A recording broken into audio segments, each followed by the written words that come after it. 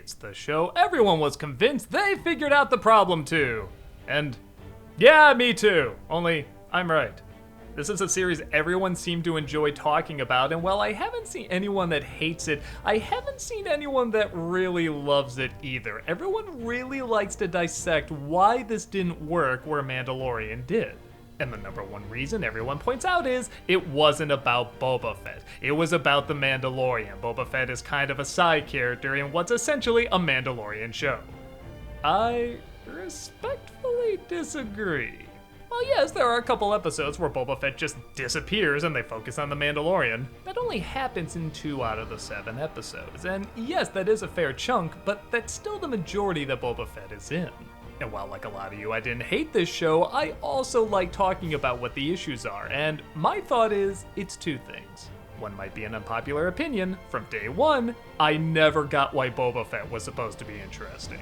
He's a bounty hunter that turns him in an empire, and for some reason, everyone lost their minds about this character. I never followed it. He's not bad or anything, but why give him all this praise? Why say we want a show about this guy? We want to find out more.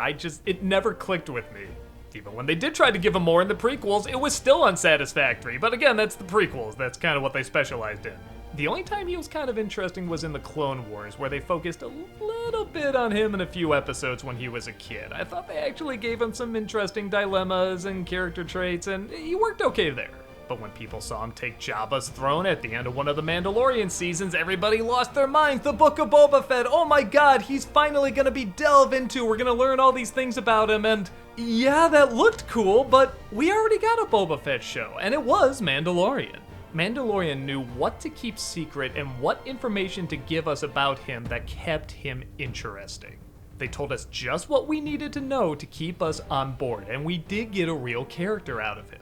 I know enough about his backstory, I know enough about what he wants, I know enough about who he cares for. I don't really know much about Boba Fett.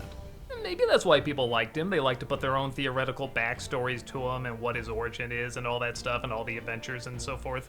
But I don't know the personality of this guy. I don't know what he wants. Even when I do know his backstory, that doesn't explain too much of what he is as an adult. When they do all this visual storytelling with him and the Sand People, like this is stuff I usually love because there's not much talking and you kinda gotta get across a lot of emotion and thought and processing without much talking. But look at the Sand People, you can't really see anything of their faces, and this guy, I guess his whole thing is he doesn't emote much, so why would that be interesting? Everyone likes the mystery around the Mandalorian and how little they know about him, but they do know a little. They know the important things. The important things about Boba Fett are not given to us. All I got out of him is he wants to be a good leader, but I don't really know why. I guess I could follow the jump from childhood to him wanting to be a bounty hunter. It's not great, but I follow it enough. I don't get the jump from being bounty hunter, being eaten by monster, to wanting to run a town as a kinda mafia boss. If anything, he wants to take the mafia part out of it. He doesn't really want to be a criminal. Okay, cool, but why? What happened there? I guess he had a thing with the Sand People, but emotionally, I just couldn't connect because I couldn't read half of their reactions. The other thing I think a lot of people overlook is that there's not a clear villain. If anything, there's too many villains in this, and then they just abandon them. You have the 2 Hutts here. I'm kind of digging that. I haven't seen like a Hutt as a bad guy in a while. Now there's 2 of them, and they look like they have these great personalities. I'm totally on board. Well, screw it. They're good guys now, and now it's gonna be this Wookiee who looks really badass, and man, it looks like he really wants revenge, and he's a good guy now. Oh, there's these like Battlestar Galactica robots that are gonna take over the town. Okay, they look bad, let's get rid of them. And no, they're not really the focus either. It's that dude from Clone Wars. Holy shit, he's here in the last 2 or 3 episodes? I feel like I could get behind this guy a lot more if there was one clear threat he was going against. And not only is there not a clear threat, but literally everything is left behind in, as everybody's pointed out, 2 episodes that have nothing to do with Boba Fett. It only focuses on the Mandalorian and Grogu. And granted, those episodes are pretty cool. I really like seeing this kind of evolve, and I like sort of the changes that happened for the most part. I don't know if I like Grogu, what he does at the end. I don't know, didn't we already have a good ending with him? But the effects on Luke Skywalker were a lot better. The mouth itself is still a little odd, but it's really come a long way. And yeah, if only they could get that voice technology down, yeah, that was pretty distracting and weird. Honestly, the majority of that episode with Luke and Ahsoka did not need to happen. But alright, like a lot of people say, this is not a terrible show. It still has a pretty good atmosphere. The characters they do introduce are cool. I just wish they focused on them a lot more. I can see why they worked Ming-Na Wen into this show, because she's really the one that does the majority of ass-kicking in it.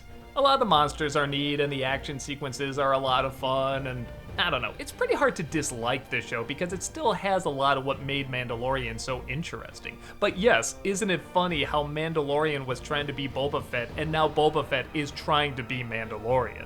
I feel like a lot of the show is kind of searching for an identity, and it has an idea. Again, it kind of knows it's in that Mandalorian vein, but it doesn't have it 100% figured out yet. And yes, you could argue that's the idea of the show. He's looking for a place to call his own and his identity and so forth, but I never feel like he finds it, and his journey to find it is a little too complicated. Honestly, it could have been a lot more simple. Just little changes, like maybe we do see the Sand People without the masks, or maybe we find out something about Boba Fett maybe we didn't know before.